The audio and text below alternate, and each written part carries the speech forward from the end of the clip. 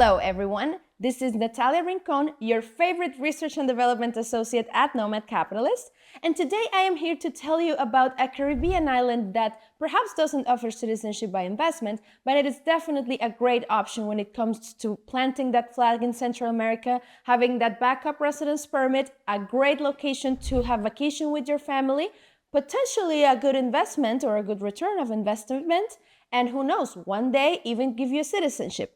I'm talking about Costa Rica. So if you're interested, I will tell you everything that you need to know about Costa Rica residence, the ways that you have to obtain it, and how you can one day perhaps get a citizenship. Now, another great thing about Costa Rica is that it has a territorial tax system. So you don't have to worry about being taxed on all of your worldwide assets. But I'll let my colleague Javier Correa, the tax terminator, talk a little bit more about that.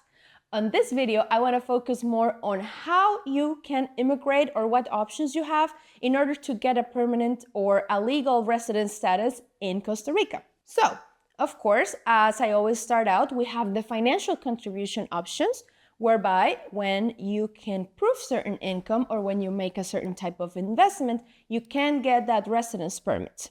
So first, of course, I would like to talk to all the pensioners out there who just want to retire and relax in a paradisiac country with one of the best healthcare systems in the Caribbean, actually. And of course, I'm talking about the pensioner residence, and it's very, very affordable. You only have to show $1,000 in pension income, and guess this, you do not have to meet a minimum age. What this means is that regardless of your age, once you can show that you receive $1,000 in pension income, whether it comes from a private institution or from a government institution, you can qualify to obtain that residence permit. But let's say you do not have a pension and you receive your passive income from a different source, such as, for example, rent or a dividend. Then that amount does increase, but it's still pretty affordable for many of you out there. You have to show $2,500 in constant income in order to obtain that residence permit. Now, I will say to those who want to obtain a residence permit via passive income, I would like to make a little disclaimer, and it is that if you obtain this residence via passive income, you are not allowed to work within Costa Rica.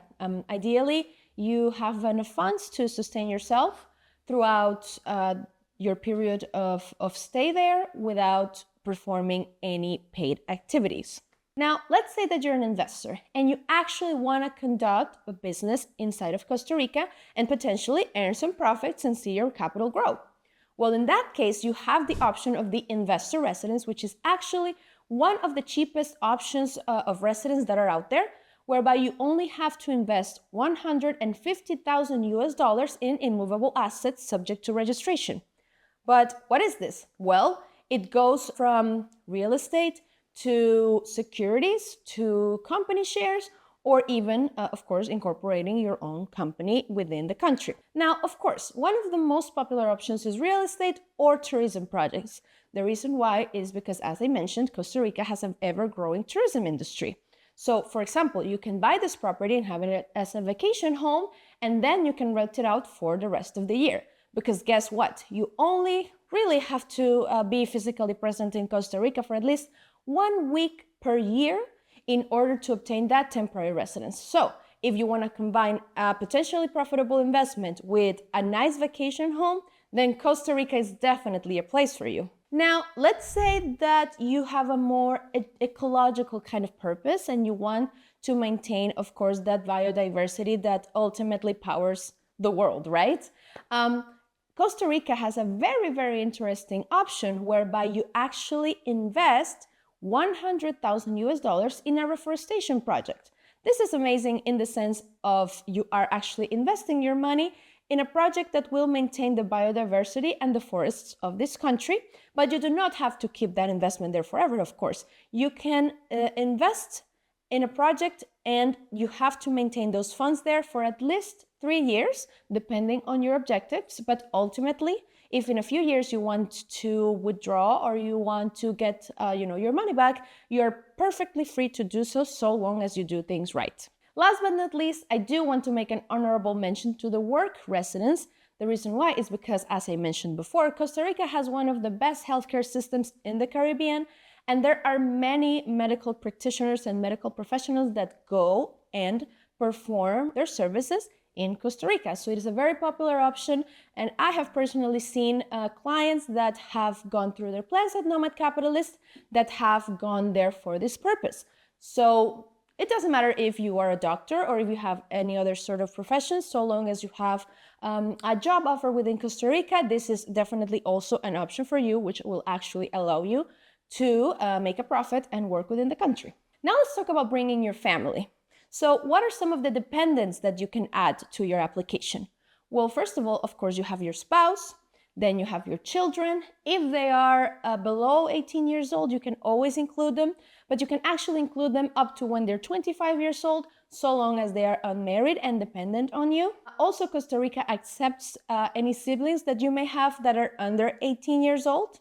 So I do want to mention that even if you only have a temporary residence permit and you spend as little as a week per year in the country, you do need to make a Social Security contribution by law, which can go from 6% to 13% depending on the category of residence that you have.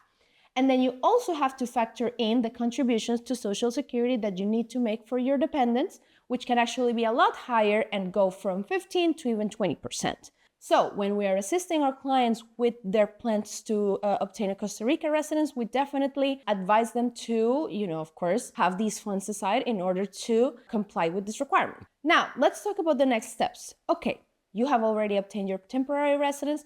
You have to renew it every year. You have to show physical presence. If you're an investor, you have to, of course, keep that investment. If you are a passive income earner, you have to show that you're still receiving this income. But after 3 years of holding this temporary residence, you can get a permanent one. Now, this permanent residence still has to be renewed, but this is only every 5 years instead of yearly. And you only have to show that you have spent at least 72 hours in the country every year. So really, you can come for as little as 2 days and keep your residence active. Last but not least, let's talk citizenship. I will say that Costa Rica doesn't have the fastest track to citizenship whatsoever, because you need to have accumulated a total of 10 years of residence, 3 years of temporary residence, plus 10 years of permanent residence in order to qualify for citizenship by naturalization. Of course, you also have to show ties to the country and pass that history, culture, and Spanish exam. You have plenty of time to learn Spanish, but this is definitely something that you will be required to do. Now, let's talk some other options. Let's say that you go to Costa Rica and find love. You actually fall in love with the Costa Rica and you get married.